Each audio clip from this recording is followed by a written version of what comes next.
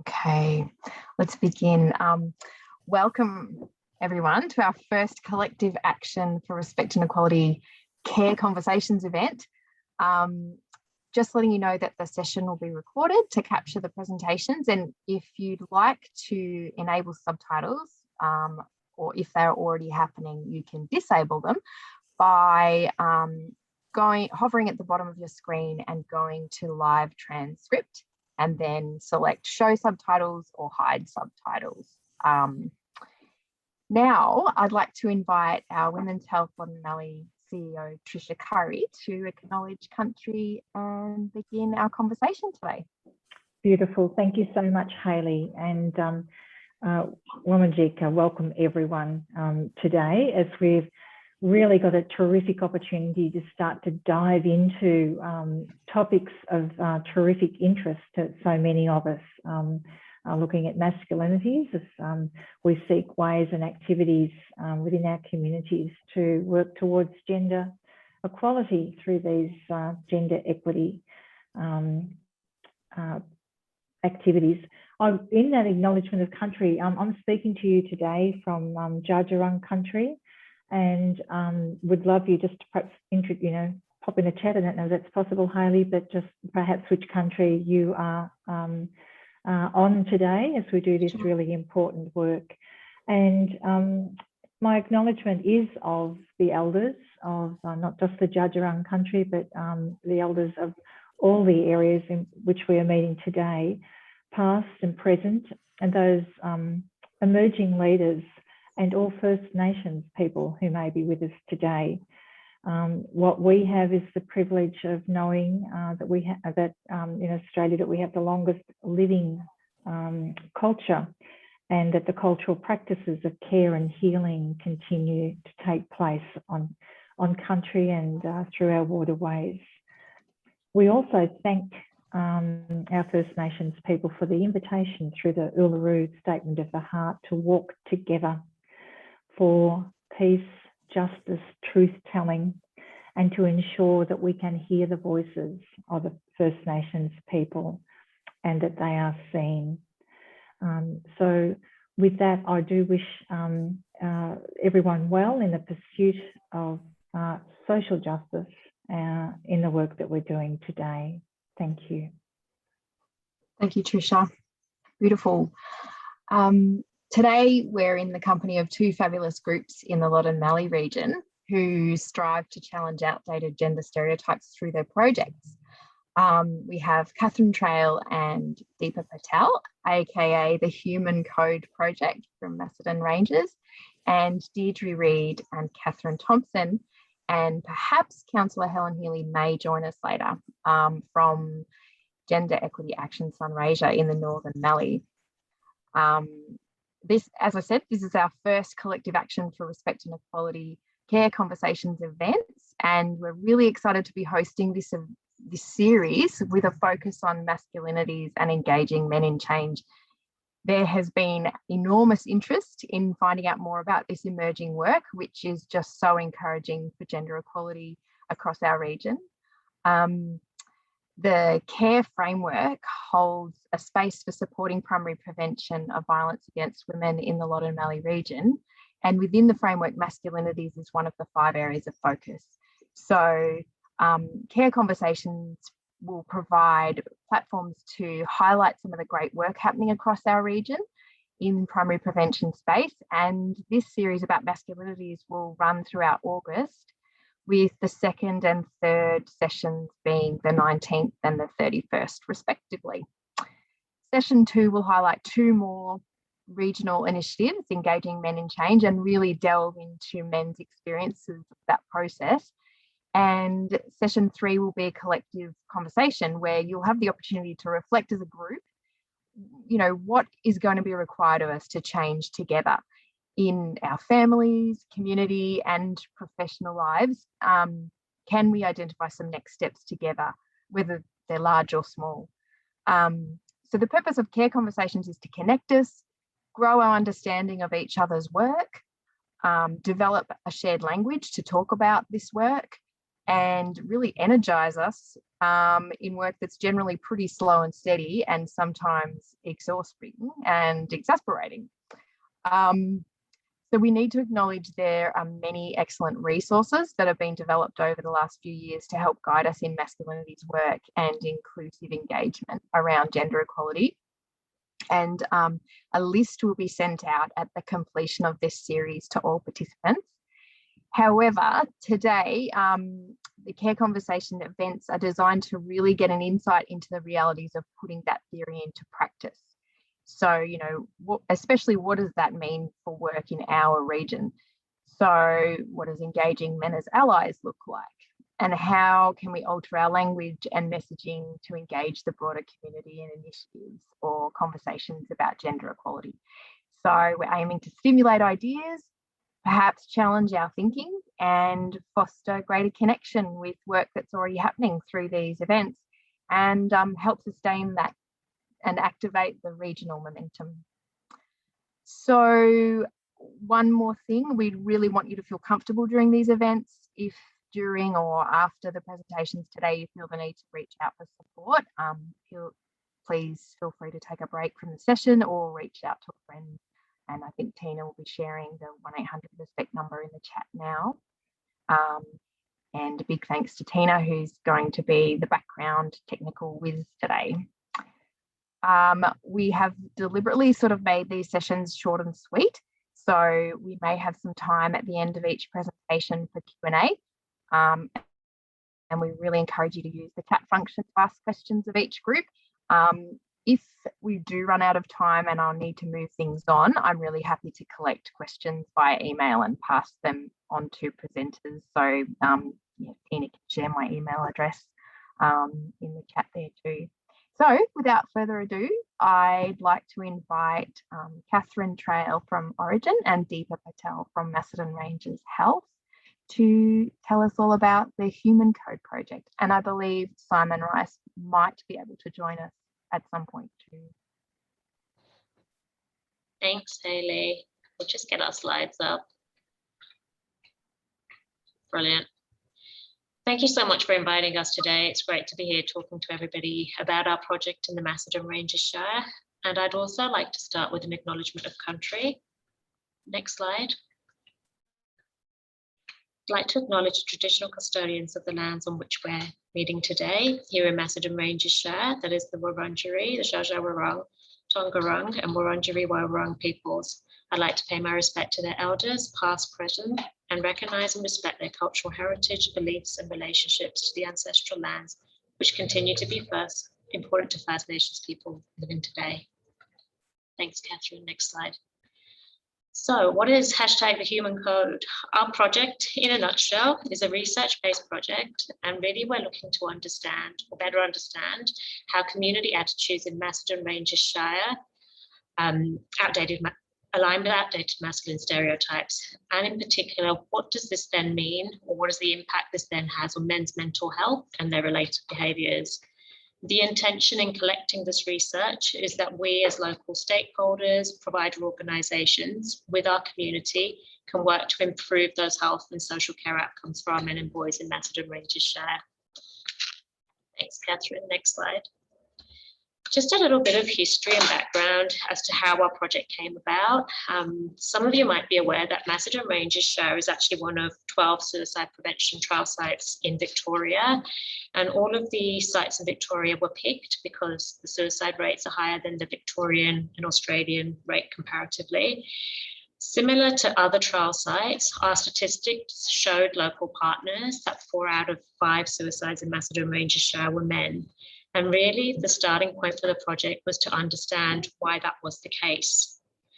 It also, for our partners, I think, and the reason why it got so much traction and support, was a way of putting a primary prevention lens on suicide prevention work, but also other community challenges. So when we were looking at our local data sets around family violence, around risk-taking behaviour, around substance misuse, we did have challenges in community, and we knew a little bit about the research, and we knew that the research did say that an adherence to kind of outdated stereotypes meant that you were more likely to have these issues.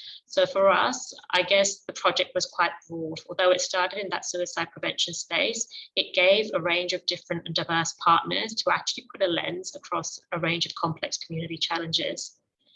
I think my other observation about Macedon Ranges, Shah, is that there is a generous community spirit here, and the projects that tend to get traction here are the ones which are looking to activate community to work alongside us.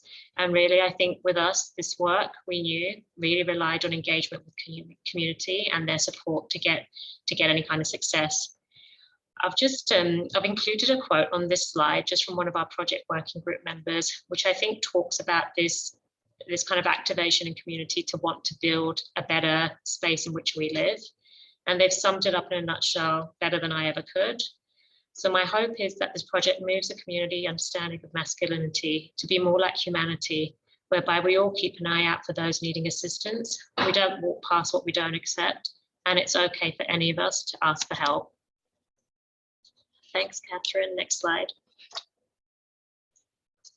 In terms of just a bit of governance around our project, we were lucky we already had a range of trial site partners through the suicide prevention trial site sitting at our table.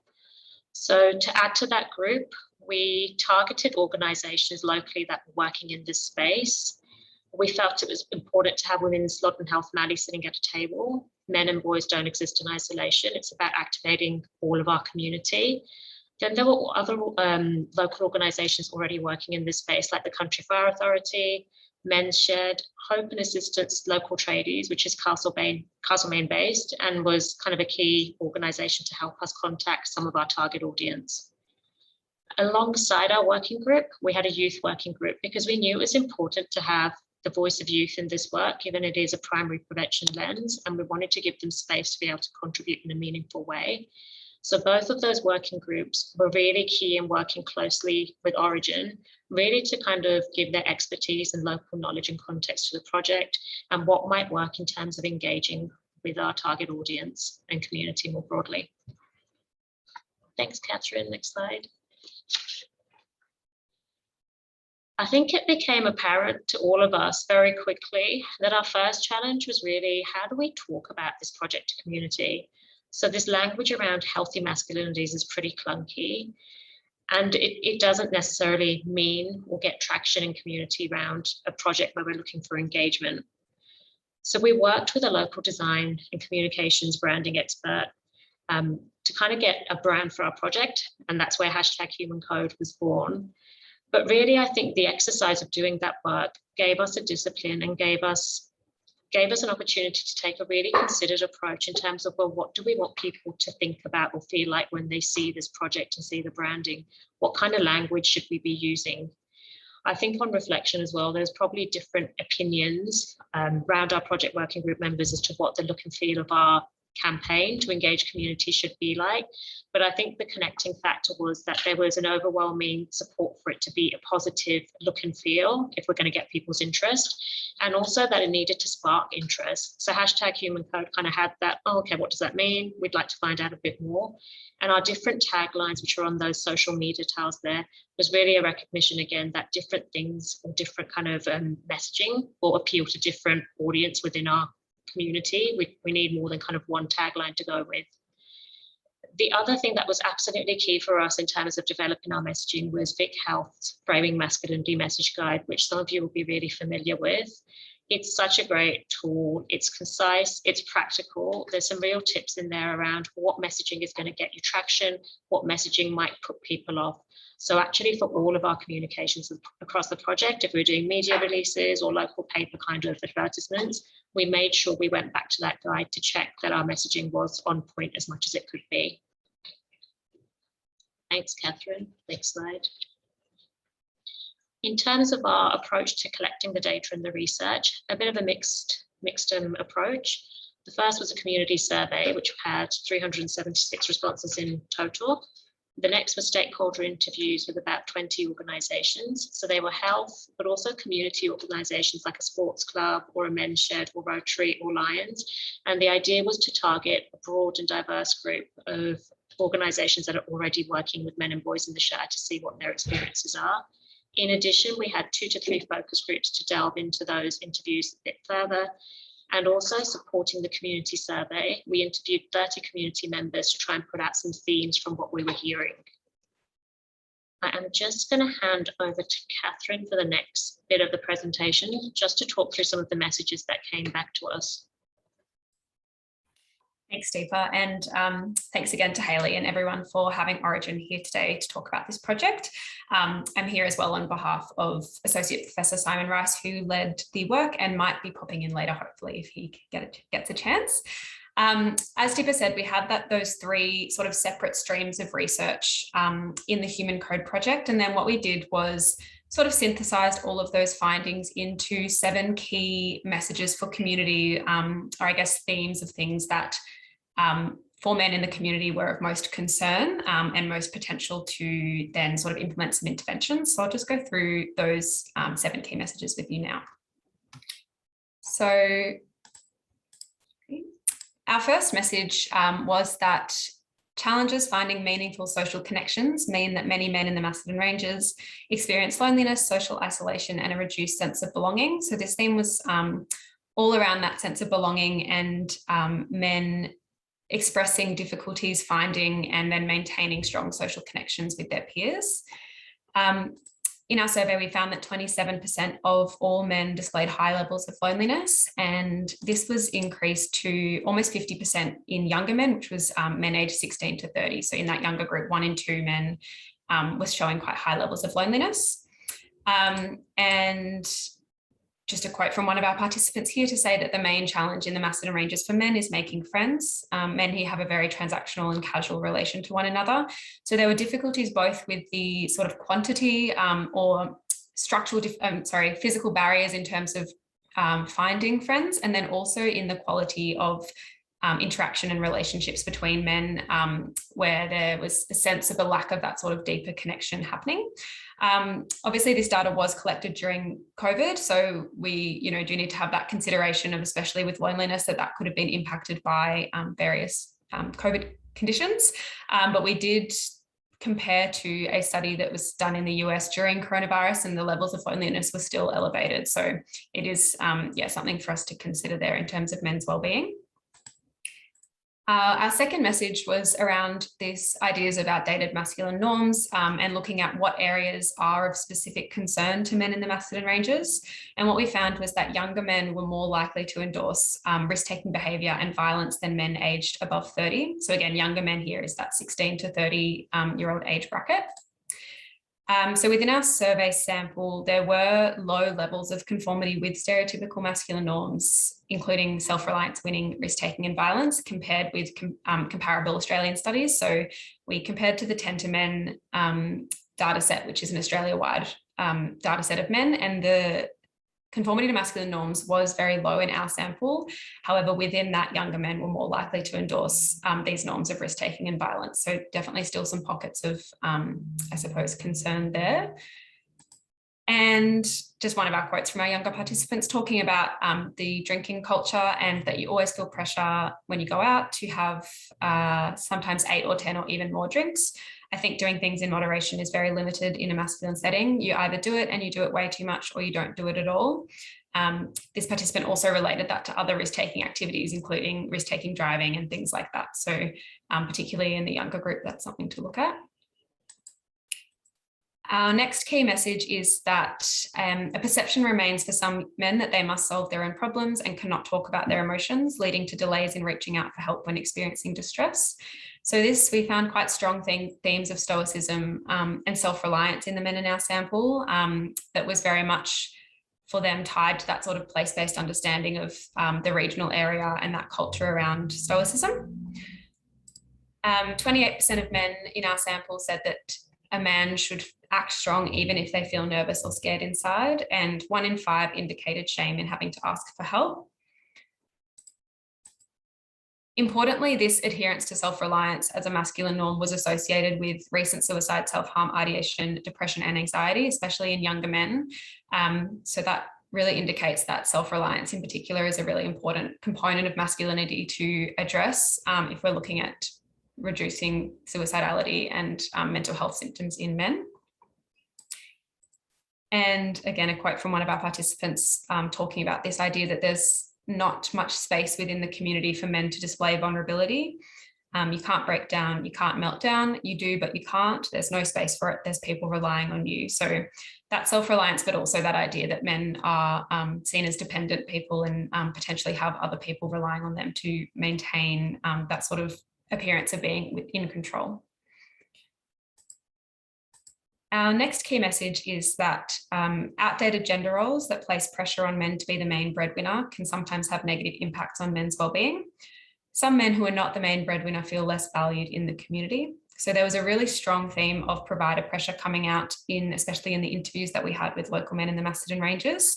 And obviously, you know, for some, fulfilling those sort of main breadwinner expectations is not necessarily a concern, but for some it is quite a big pressure. And 54% of men surveyed agreed that men and boys in the Macedon Ranges are expected to take on traditional masculine roles, including being the main provider. And this just illustrates how, I guess, that causes stress for some. So if you struggled at work, I guess you'd probably feel a bit of pressure not to mention it. So you've just got to deal with it. And that also links back in with that idea of self-reliance and managing the stress on their own. We also had some men in our sample who had either chosen to take on more flexible sort of caregiving roles or were stay-at-home dads, and felt that although that was a really positive decision for them and their families, it wasn't necessarily as well, I guess, supported or maybe normalised within the community, and that caused a bit of stress as well in the wider community for them. Our next key message is that pressure to fit in and belong leads many men to feel as though they need to hide their true self from others in the community. So this is all around this idea of authenticity and this practice of, I suppose, masking as more masculine, that some men feel as though in order to fit in with the normative sort of practices of being a man, they have to put on a bit of a facade and hide parts of their identity. A couple of quotes that illustrate this really nicely. So a lot of guys have their secret things that they don't feel comfortable sharing with any of the guys in the locker room or on the footy field, because they don't want to be laughed at or ostracized. So it, again, is linked to that sort of social belonging and well-being. Another younger participant saying, you get caught up in trying to achieve that view of being a man, your ideas of who you should be, and they can get kind of neglected and you end up feeling a bit displaced from the real you. So the pressure to perform as, you know, this sort of normative idea of a man can cause a bit of conflict in terms of then their true identity. This was also heightened in men in our sample who identified as LGBTIQ, who felt that that was sometimes a part of their identity that they had to hide from others within the community. And 30% of men surveyed thought that boys and men in the Macedon Ranges are not free to be themselves. While that's not a massively large part of the sample, I think, feeling free to be yourself is a pretty important component of well-being. So it's, still quite significant. And our second last message is that contrary to non-males, males in the Macedon Ranges were twice as likely to believe that they treat all genders equally and are confident to act on gender inequality. This is a really interesting finding.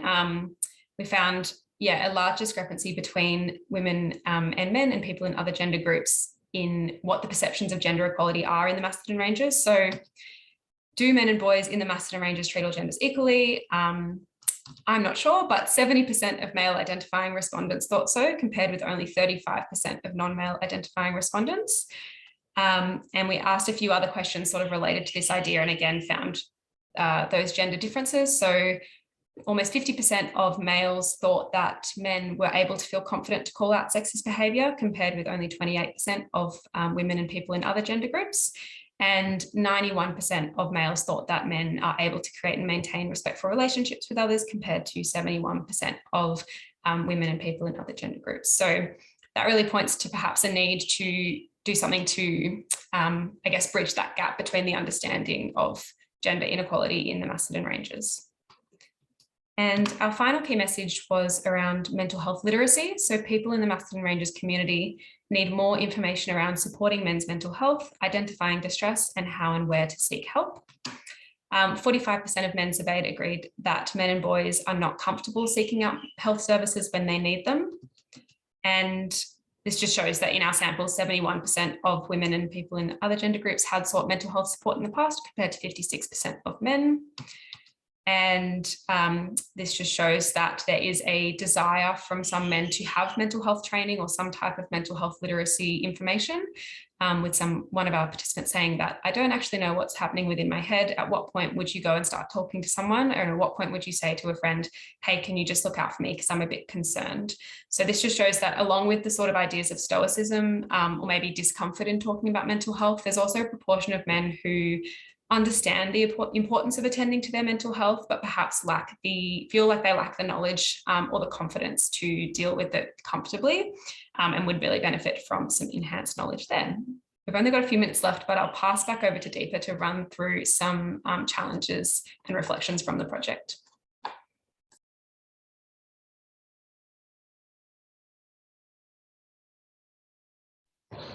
Thanks, Catherine. I won't have time to unpack these, so I'll just touch on them very quickly. But the first one was really with our project working group membership, and our diversity was our strength, but we actually also found it a challenge because there was different levels of knowledge. Some of us coming, and actually not me, but some individuals coming with quite a well-rounded knowledge of this agenda already and kind of that academic language. Others from either a sports group or a school wanting to know, well, in practical terms, what does this mean for my organisation? What does it mean I go back and do? So I think on reflection, perhaps we could have done some training right up at the front to kind of level that playing field in terms of the knowledge around this agenda. I think what I also noticed, particularly when we were doing that work around the branding, is there was a couple of competing agendas there. So there was this healthy masculinities agenda, but there was also kind of the gender equality agenda. And I think the language and the feel and the narrative and the tone around both of those are quite different. I think for us, given the project came out of a trial site, a suicide prevention trial site, having that conversation with the community or opening from this starting point of everyone in community should be able to access the healthcare that they need or get help when they need it if they're in distress. It kind of kept us on track, I think, and was a way to kind of, with the Vic Health Framing Messages Guide, not perhaps put some men off with language that otherwise might not have got traction with community survey and other activities with the project. The other challenge just to flag is one around kind of the face-to-face engagement. We were lucky that we had a project working group that was willing to put in the effort and the time to go out and engage face-to-face. Our original project methodology involved a social media campaign to actually recruit people into the project activities like the community survey, and we just didn't get traction with it. So we did change the methodology, and it was going out to farmers markets or new resident events, or actually approaching Lions and Rotary and men's sheds to say, can we just come to, if you're having a barbecue or an existing event, to come and talk to you about this project in an informal way. I think that personal connection was really important in getting people to understand why the project was important and what their contribution was to it. I don't think on reflection that there is a good level of understanding in community at the moment around those traditional adherence to masculine norms and what that then means for your health and social care outcomes. So I think there's a bit of work to do to explaining that narrative and getting it to resonate with community.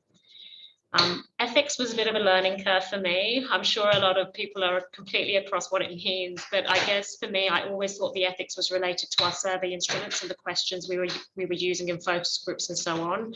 Actually, the ethics was a lot more kind of involved in that. So in terms of any communication around recruitment, we needed to get that through ethics as well.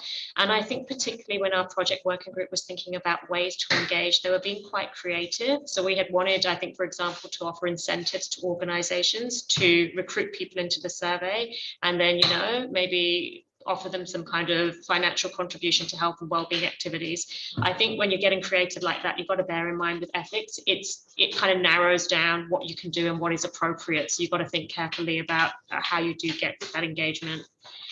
And I think the final one on that slide is around some of the negative social media comments we got. So yes, we worked hard to develop a brand that we thought would resonate with people. It didn't resonate with everybody, and there was still some confusion, I guess, as to what the project was about. Again, I think we could have been quicker in doing a bit of upfront training with our project working group. So when they went out to farmers markets, if they did get some kind of resistance or kind of uncomfortable comments, they felt more confident to respond to those.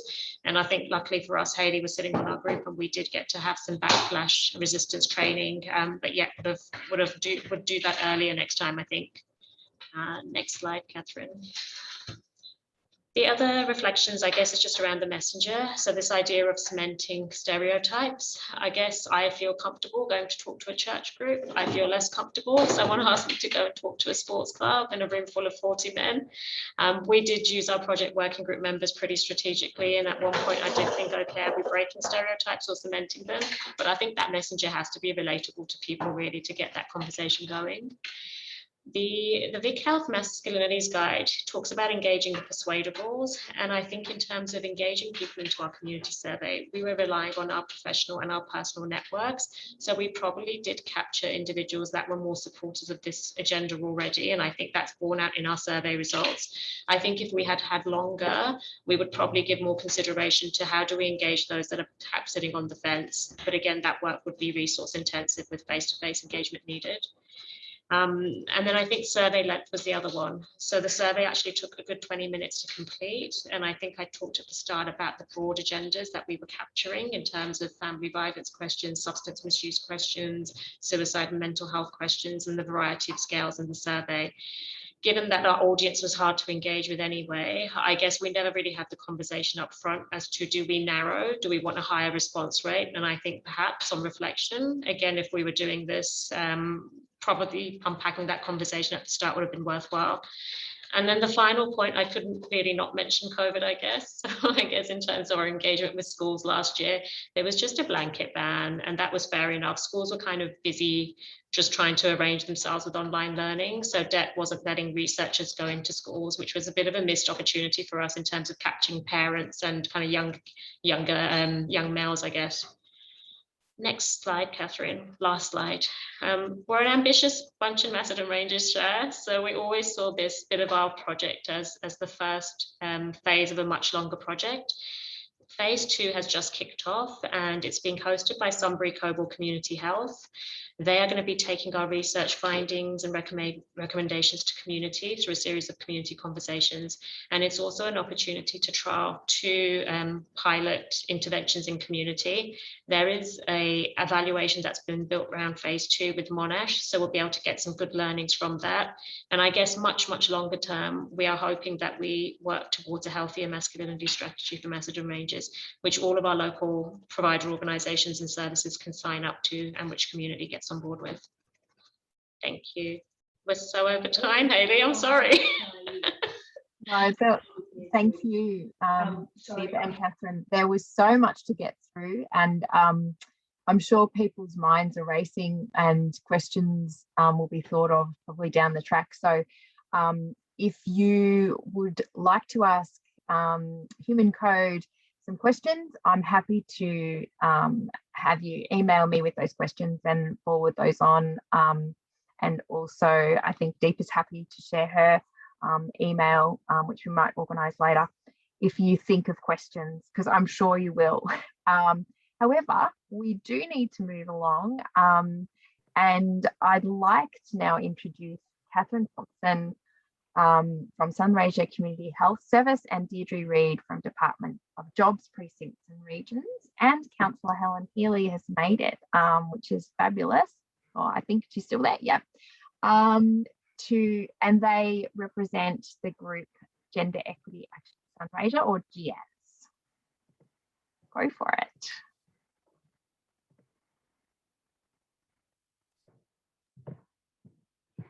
Thanks, Healy. I'm just going to kick off our presentation by sharing a little bit about our group, Gender Equity Action Sunraysia, and how we came about. So this group started in 2018, around the time when one of our councillors at the time was pushing for a gender equity portfolio on councillor, and really started off as a group of local people who were passionate about change in our community and really keen to work together to push for gender equality. In terms of what drives our group, or has driven our group, is the experiences for ourselves and of people we know, the stats that we know about our community, and I guess for a lot of us, it's about our children as well. And I guess we started off as a group that you could probably think of more like a think tank, an opportunity to come together, talk about issues that we cared about and things we'd like to change. but we really have evolved into pretty strong strategic and action-based grassroots group. So we're going to share a little bit about some of our work in engaging men in gender equality grassroots action in our community, and exploring a little bit around healthy masculinities as well. So just to give you an example of where we probably kicked off in this space, Dads Do Hair was an event or our first kind of test of the water and engaging men in gender equality work. And it really was a spontaneous decision at the time to test this idea. It literally just came about as a conversation that we had, a couple of us down the street over coffee, thinking about events that we'd seen or heard of in Melbourne or in metro areas and questioning, you know, would that stuff fly here in Mildura or in a country town? We thought of this concept of Dads Do Hair. It was influenced by, maybe you've heard of events that you might see in Melbourne, like beers and bubs and daddy-daughter hair event type things. And we kind of thought we'd make it a bit more gender neutral and try a Dads Do Hair event. We literally walked up the street, down the main street of town, walked past the barber shop, and stepped inside and asked the question, what do you think about this and would you support it? And we were blown away by the support we had from this local business to test this idea. It was a sort of small event, and we did have to ticket it because we didn't have funding, but we kept it really cheap, and it was sold out immediately. We had a waiting list, and it was a really good choice of location, a safe space, and was really championed by the man who owns this barber shop. So it was a really successful event and was something that, you know, an activity that we knew we needed to build upon and integrate into other community events for dads. I'm going to just now throw to Deidre to share a little bit about another event that we have had in Mildura called Dad's Day Out. Thanks, Catherine. Hi, everyone.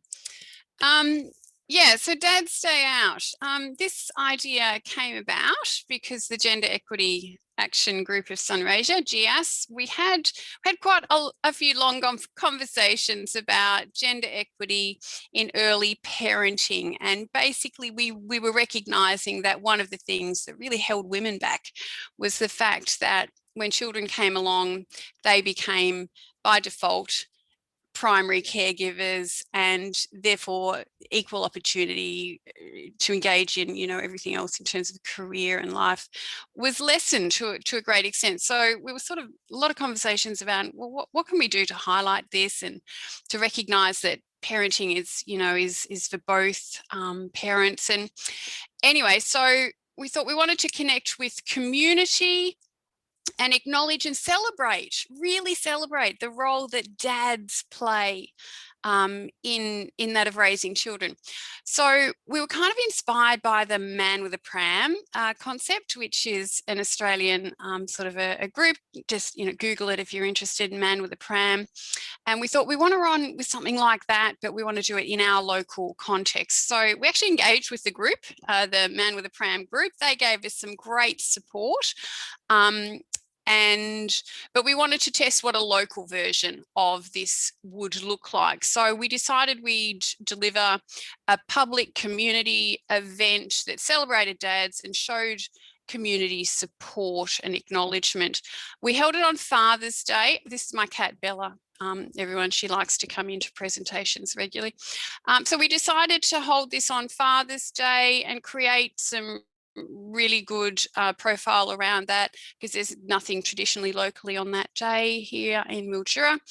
And we know that our town likes to get out there and do fun stuff because we have, you know, a beautiful environment, riverine environment, lots of lovely local weather.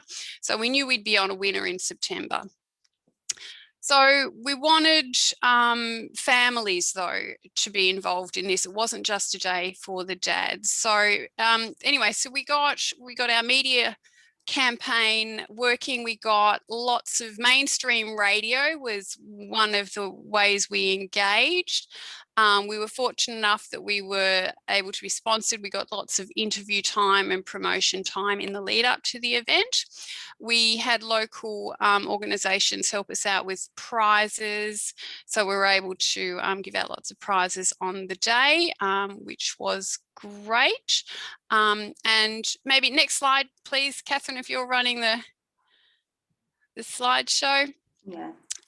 one of the really key things that we did was one of the strategy ideas was that we utilised local ambassadors. So we engaged with some local dads out there, asked them if they'd come along to support this event to be an ambassador. And because we knew they had a profile in the community, and we know that dads listen to other dads.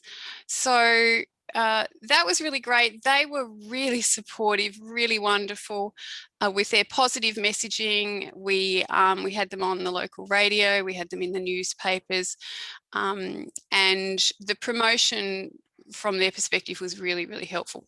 And they also spoke on the day. And I think Katherine might have a little snippet of one of those. One of our Dad's Day Out ambassadors to have a chat to you right now. Really looking forward to this. Jacob Hunt, welcome, Jacob. It's been a great morning so far. Yeah, it's been excellent. The weather's amazing as well. Tell us about your role of being a dad. You've got 4 to look after, mate. Yep. First off the bat, how do you do it? I don't know. Good answer. I kind of stumble through it.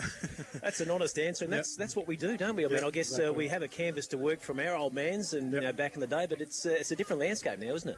100%.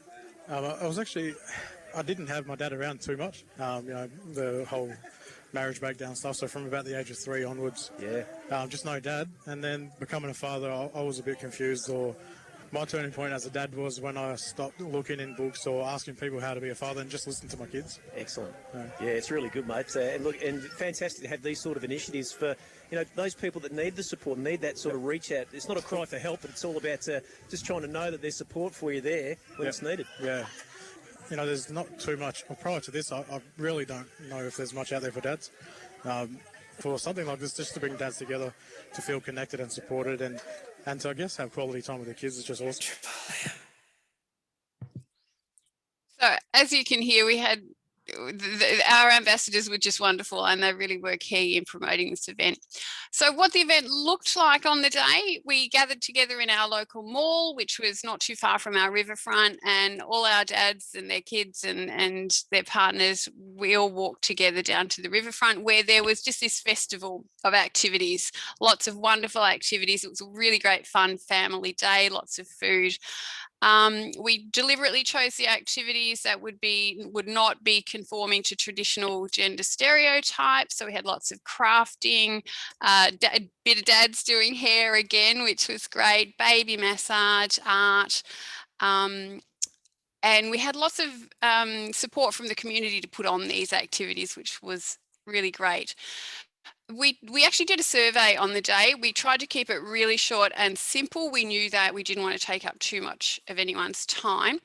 We know that around 400 people attended, which was above and beyond our expectations. So we were so stoked with that.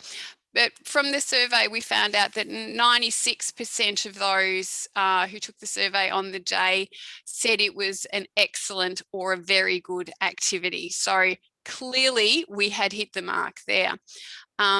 We asked dads what they liked about the events, and they said that they loved the activities, they loved being out as a family, and they wanted to see more of this happening. The main way they heard about the event, they told us, was through social media. So that was a really key understanding for us in terms of learning how to connect in with men in future.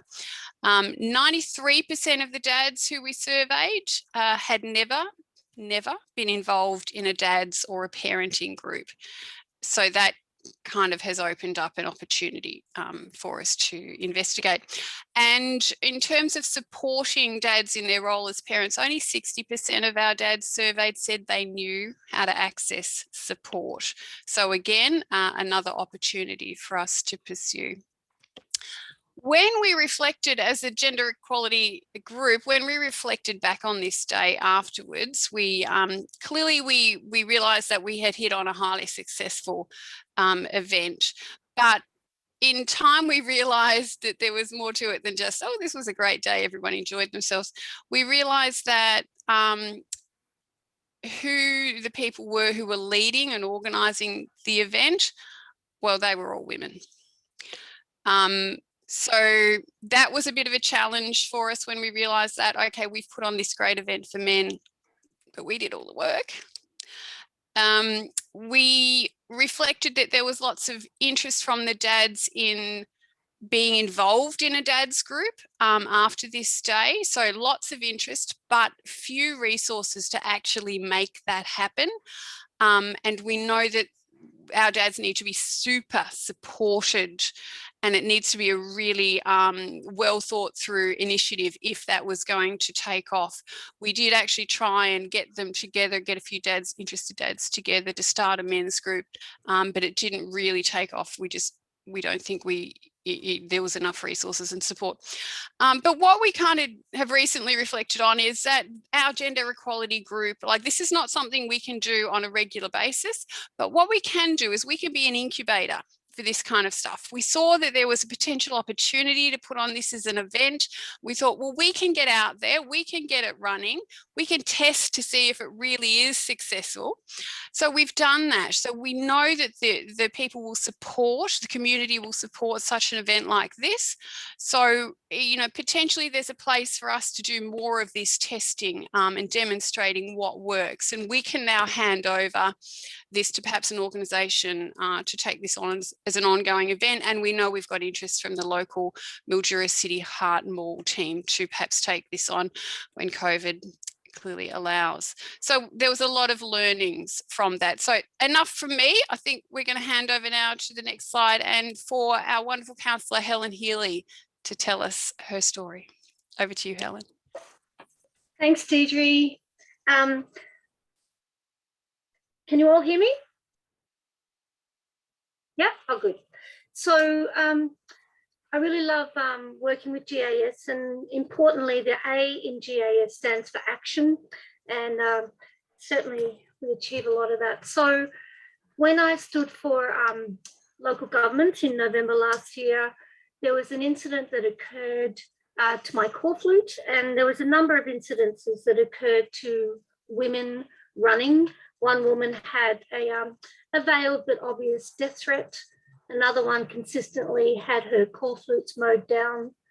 And I had my core flute stolen very often, and then came across my core flute one day with this drawing on it, and it was taken from its place and stuck on the men's toilets in the children's park.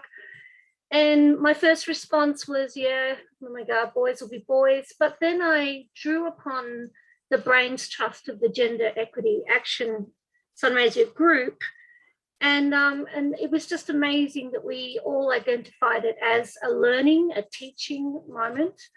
And so with their help, I penned a fairly lengthy response that was posted on my Facebook page, along with the image, which I thought Facebook might take down, but they didn't.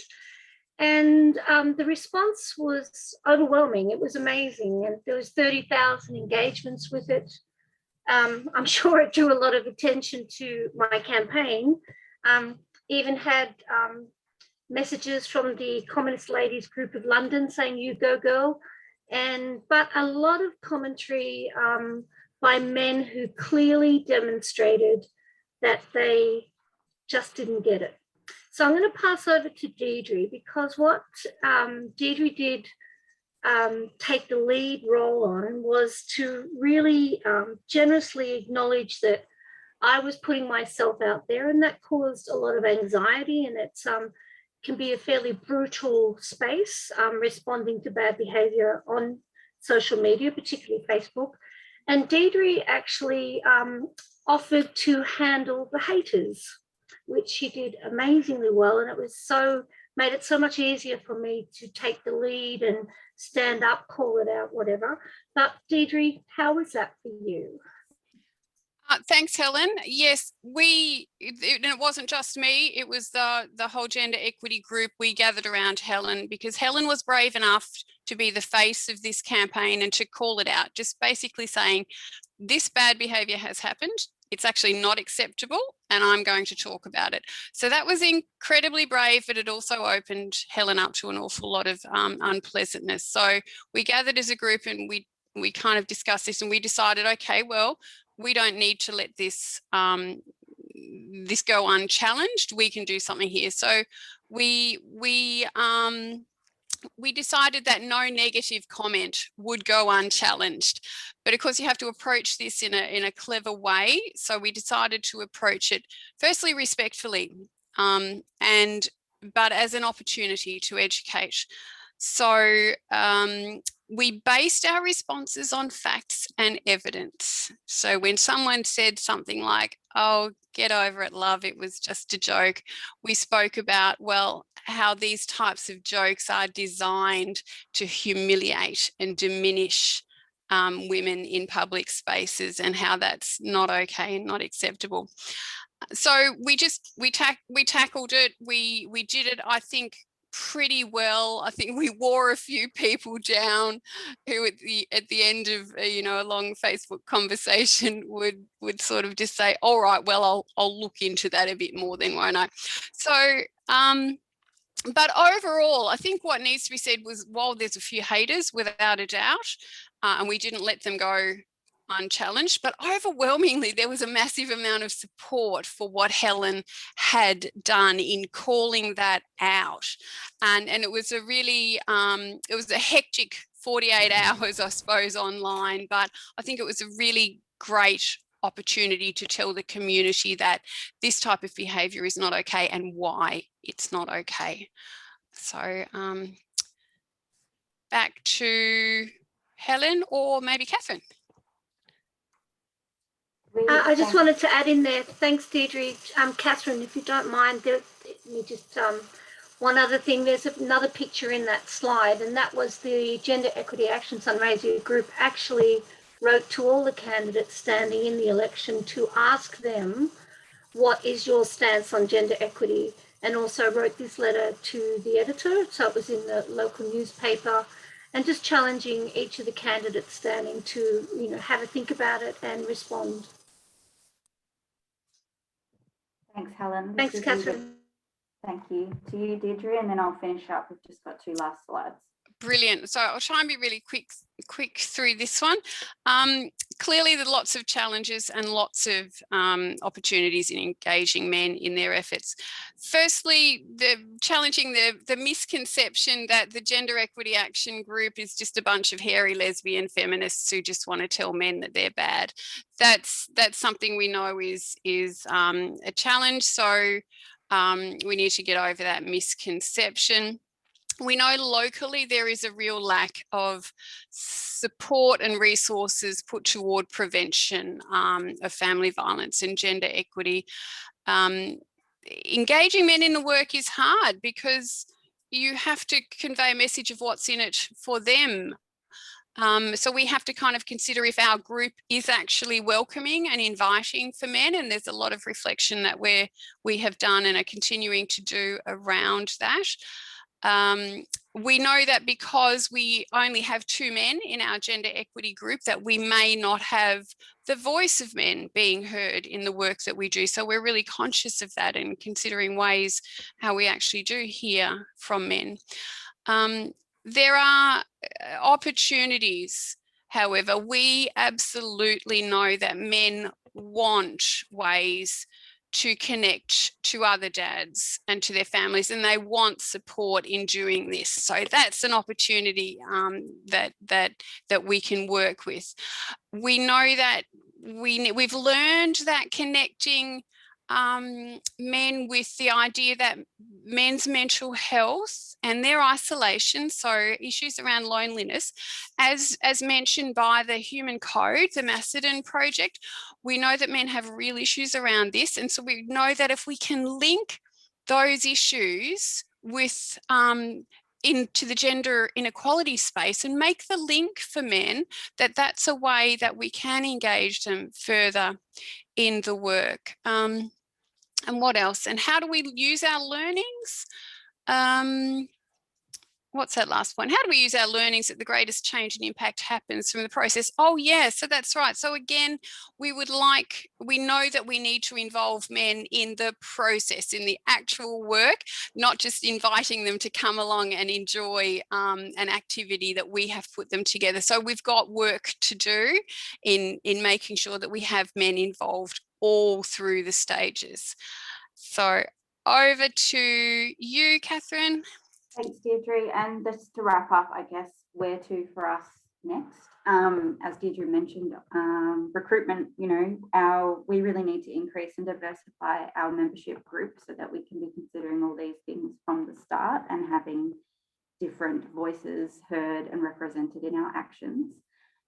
We are going to trial some different ways of engaging, and we have plans to do a really short recruitment video, but we're going to probably for the first time attempt to use some humour as a hook and local content to try and reach local men and kind of bring them into this space, I guess.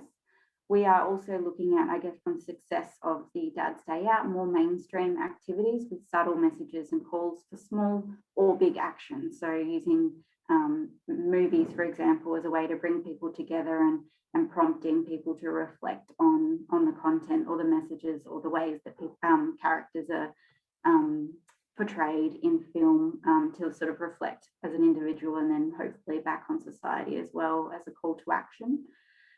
Again, just around the voice of men, ensuring that if they're not part of the group, if that doesn't happen, how else can we engage? And like Deidre mentioned before, not just as a consumer or a participant, but actually as change makers in their own ways. And hopefully ahead of us, we have an opportunity to engage a little bit more with local football clubs, thanks to the incredible advocacy of a local family violence survivor, Kim, who has really prompted action and response from local football clubs. I guess for us, it's about, as a group, what we need to think about is what is our role in this space? Can we help to create opportunities? How do we best support it for outcomes? What's going to work best in this setting? And how can this work be led by men? So we've got, I guess, a lot of things on the cards or coming up around engaging men and exploring healthy masculinities in our community. So stay tuned. Hopefully we can share a little bit more of that work as it comes up. Thank you.